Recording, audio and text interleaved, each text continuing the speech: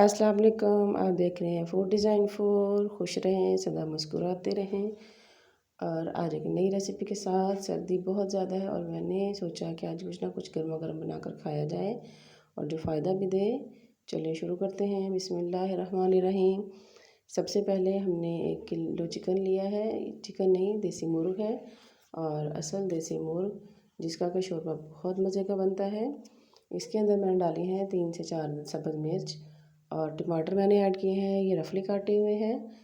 और जो तमाम मसाला है तकरीबन मैंने सारा रफली काटा है क्योंकि ये पकने में काफ़ी टाइम लेता है। अब ये मैंने प्याज भी इसके अंदर ऐड कर देने हैं इसी तरह से। और प्याज ऐड करने के बाद मैं इसके अंदर ऐड करूँगी 8 से 9 जवे जो हैं वो लहसुन के। ये देखें जी, 9 जवे लहसुन के हैं। और इसके बाद हम इसके अंदर ऐड करेंगे स्पाइसेस जो हैं वो आपने अपनी मर्ज़ी से कम और ज़्यादा लेने हैं क्योंकि जो शोरबा और यखनी हो उसमें दरमियाने अच्छे लगते हैं। ये मैंने नमक ऐड किया है इसके अंदर और हस्बे ज़रूरत। उसके बाद मैंने इसमें हस्बे ज़रूरत की है हल्दी ऐड, तकरीबन हाफ़ चम्मच के करीब। और हल्दी ऐड करने के बाद मैं इसके अंदर ऐड करूँगी लाल मिर्च। ये देखिए जी, लाल मिर्च मैंने ऐड कर दी है। अब इसमें हम पानी ऐड करेंगे और तकरीबन इसको आधा घंटा के लिए पकने के लिए रख देंगे। ये देखें जी, इसको आधा घंटा हो चुका है और तकरीबन तमाम चीज़ें ये देखें इसकी गल चुकी हैं। ये देखें, ये इसका जो लहसुन को चेक करें, ये देखें कितनी आराम से आसानी के साथ इसको ढकना लगा के मैंने तकरीबन आधे घंटे के लिए इसको पकने के लिए छोड़ दिया था। अभी जो बाकी पानी है इसका हम थोड़ा सा ड्राई करेंगे और हल्का हल्का पानी होगा तो हम इसके अंदर ऑयल ऐड कर देंगे। कम से कम 1 कप मैंने ऑयल ऐड किया है। और ऑयल ऐड करने के बाद अब हम इसको अच्छी तरह से इसकी भुनाई शुरू करेंगे। ये देखिए जी, स्टेप बाय स्टेप जिस तरह मैंने आपको बताया, अगर आप इसी तरह इसको बनाएंगे तो इंशाल्लाह आपका ये जो देसी मुर्ग का सालन है, शोरबा है और या आप इसको यखनी भी कह सकते हैं, बहुत मज़े की, बहुत ही टेस्टी बनेगी। ये देखिए ऑयल जो है तकरीबन पानी अब खुश्क होना शुरू हो चुका है और ऑयल जो है साइडों पे आ रहा है। अब फ्लेम हमने दरमियानी रखनी है और इसी फ्लेम पे हमने इसको आहिस्ता आहिस्ता इसको भूनना है।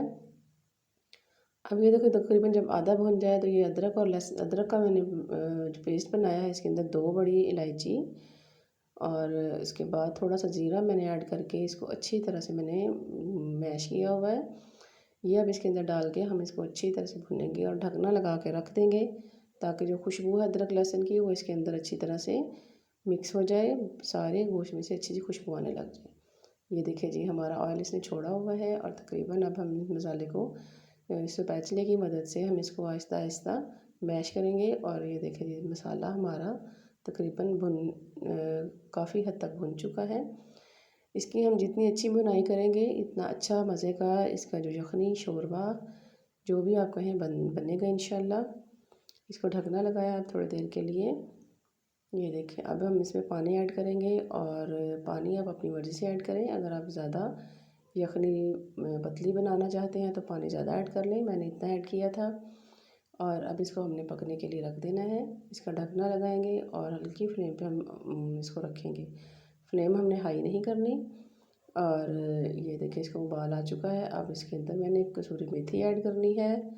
कसूरी मेथी जो है इसके बाद मैं ऐड करूँगी खुश्क धनिया दरदरा सा। और जिस तरह स्टेप बाय स्टेप मैंने आपको मसाले बताए हैं, अगर आप इसी तरह से इनको ऐड करेंगे तो इंशाअल्लाह ताला आपका शोरबा बहुत मज़े का बनेगा। अब मैंने इसमें धनिया ऐड कर दिया है, ये देखें। और इसको ढकना लगा के फ्लेम देखें बिल्कुल हल्की सी फ्लेम है कि शोरबा जो है वो आहिस्ता आहिस्ता से पक रहा है। अगर इतनी हल्की फ्लेम पर आप इसको पकाएंगे तो यकीन जाने पूरे घर में इसकी इतनी मज़े की खुशबू थी और टेस्ट भी इसका कमाल का था।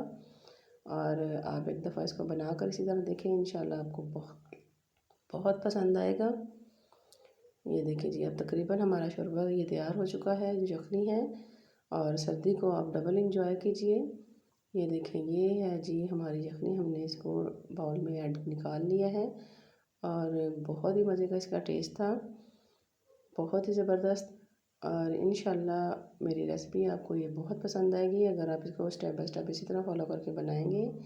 ये शोरबे की थिकनेस देखें, ये देखें मैंने सिर्फ इतनी इसकी रखी थी। और क्योंकि इतना जो शोरबा है इसका वो बहुत टेस्टी लगता है। इंशाल्लाह उम्मीद है आपको मेरी रेसिपी पसंद आई होगी। मेरी कोशिश होती है कि मैं आपके साथ इसी तरह अच्छी अच्छी रेसिपीज़ लेकर आती रहूं। और आपके साथ शेयर करती रहूँ। आप मेरे चैनल को लाइक करें, सब्सक्राइब करें और शेयर ज़रूर किया करें ताकि और भी लोग मेरी रेसिपी से फ़ायदा उठा सकें। इंशाल्लाह इसी तरह नई रेसिपी के साथ दोबारा मिलेंगे। अल्लाह हाफ़िज़।